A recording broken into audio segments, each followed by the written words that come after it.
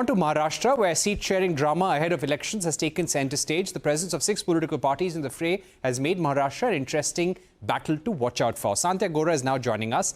Santia, both the groupings were dealing with issues related to rebels and cross-nominations. Have all these issues been settled now? Absolutely not, Parikshit. And in fact, today was the last day to withdraw nomination. So if I talk about Mahayuti, so recently Devendra Fadnavis, the Deputy Chief Minister of Maharashtra, said he admitted that there was cross-nomination in Mahayuti alliance on 14 seats. He said that as far as 12 seats are concerned, the BJP, Ajit Pawar, NCP and Shiv Sena, they have resolved the issues, but 2 seats are still throwing a challenge. Now, one of those seats is Mahim, where Raj Thakre's son, Amit Thakre, is making his debut, political debut, but Shiv Sena, Eknath Shinde's Sada Sarvankar also filed his nomination. In fact, he also got his AB form from Eknath Shinde. Today, the whole day was dedicated to that, with Sada Sarvankar claiming that his son tried to meet Raj Thakre, but he did not meet him. He said that I've discussed this with my karyakartas, my party workers and my family, and we are yet to reach any conclusion. So last we checked, Sada Sarvankar, he did not withdraw his nomination. That means on Mahim, the Mahayuti alliance, because Raj Thakre has extended his support to BJP and the alliance, there is cross-nomination on that particular seat. Now, another seat is in the eastern part of the city. We're talking about Mumbai once again, and this time it's Nawab Malik's Mankhurd seat. Nawab Malik, who used to contest from Anushakti Nagar, this time he's contesting from Mankhurd, Shivaji Nagar.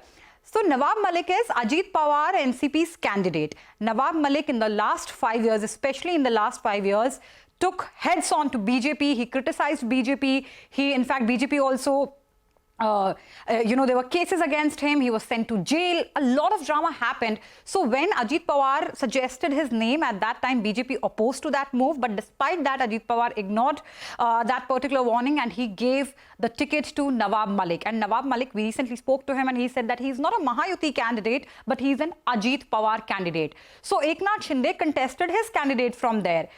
So he's again there. There's no withdrawal of nomination from that particular seat as well. So cross-nomination remains a problem for these alliances. Now, there's another aspect to it, Parikshit, independent candidature, because tall leaders, if I talk about BJP for that matter, Gopal Shetty from Borivali, he filed his nomination as an independent candidate. But in the last 2 days, BJP managed to convince him and he withdraw his nomination. Same can't be said for, as I said, for Sada Sarvankar and other candidates. So cross-nomination is a problem. For Mahayuti also, there are seats where there are problems. So today is the last day. Today, in fact, was the last day to withdraw the nomination. But here we are, standing on many controversial seats on both the alliances. All right, so both the alliance groupings could have some troubles as far as rebels are concerned. But Santia, talking about issues which clearly have taken a backseat in this election because of the high voltage battle we're seeing in Maharashtra, what are the top 3 issues that will take centre stage? See, Parikshit, ideally, in an ideal situation, obviously, when there was supposed to be clarity about the alliances, about the ideologies, about the election issues as well. But because of the khichdi Maharashtra's politics has become, especially in the last 5 years, the voter also feels that the voter does not know anymore what party, what ideology the voter is voting for. So there will be some sort of voter fatigue. So whether it's RSS who is campaigning for BJP and Mahayuti, or whether there are other Maha Vikas Aghadi parties, they are requesting voters to step out, because bringing voters to the polling station is going to be a challenge, considering the voter fatigue and all the confusion which has been created by these parties. And unfortunately, because of that, the election issues, the development issues, the issues which concern the people have taken a backseat. Now, despite that, there will be some issues which will still play a dominant role.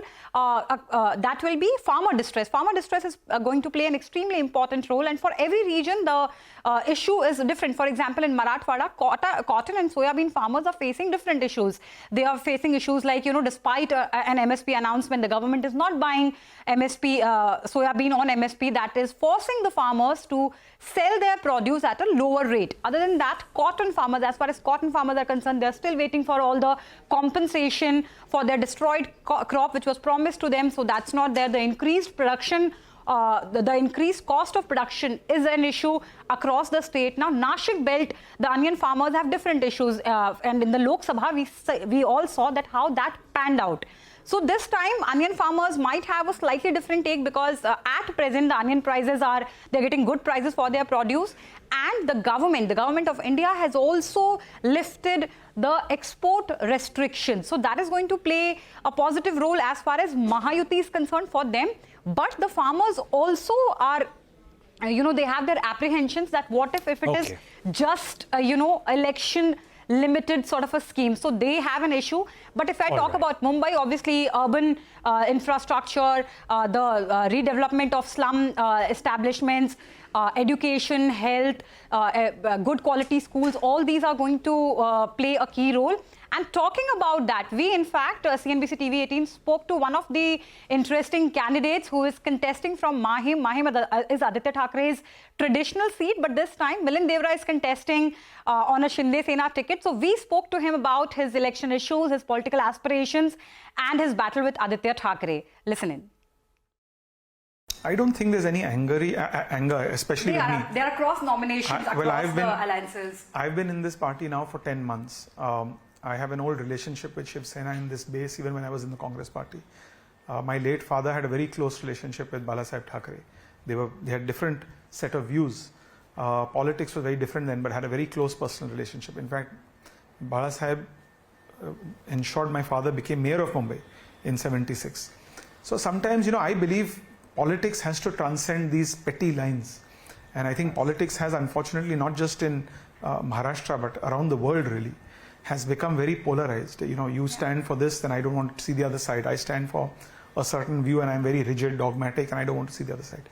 People have to become flexible. People have to realize that our systems, India's constitution, America's constitution were designed for differences, but ultimately for people to come together and see the greater good. Ours is a diverse country, but coming back to my question, the party workers, and this I say for all the parties, because from cross-nomination to the rebel and everything is visible. There are areas where, look, there are always areas in every party and in every alliance, even in the opposition, and in every election, where especially as you go to state to regional politics, you will find many aspirants. In a parliamentary election, you typically have one, maybe two aspirants from each party.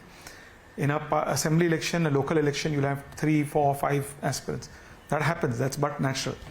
But I can assure you in Worli, there is no such thing. In Worli, everyone is united. All the Mahayuti NDA partners are united. In other areas where there is some rebel, we'll know in a short while what happens. By today evening, of course.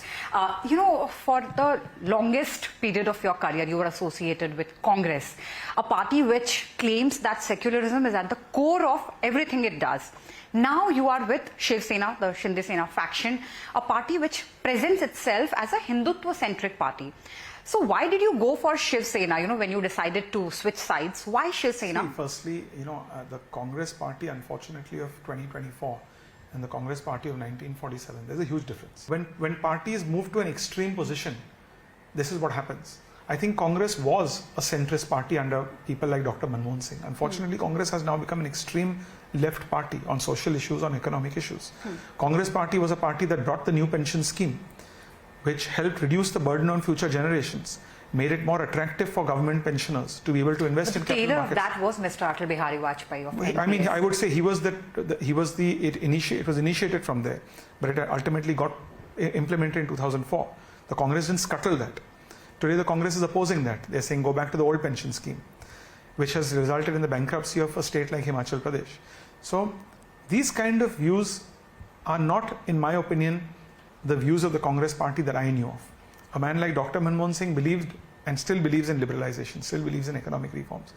Today, the Congress party is sounding more like the communists to me economically than it sounds like the Congress of Dr. Manmohan Singh. So, I believe that what I believe in, whether it's for Mumbai, whether it's for Maharashtra, whether it's for India, whether it's socially, economically, politically, my views really haven't changed.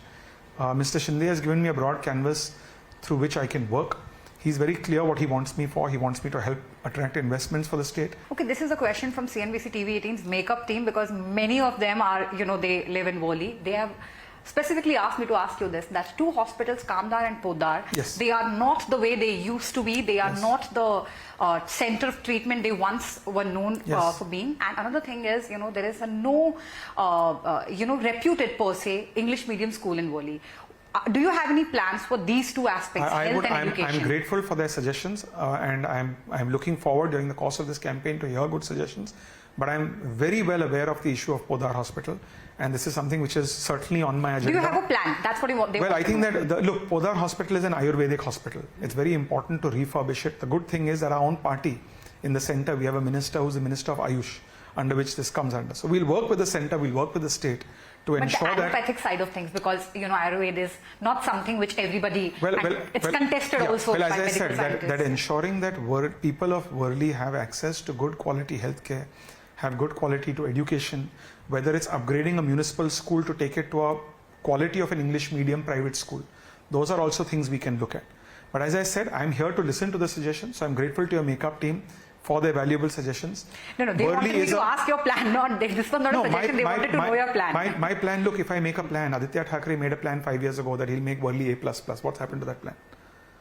So my answer to them... When you seek votes, you'll have to present a plan, You have to present a plan that says you'll do your best.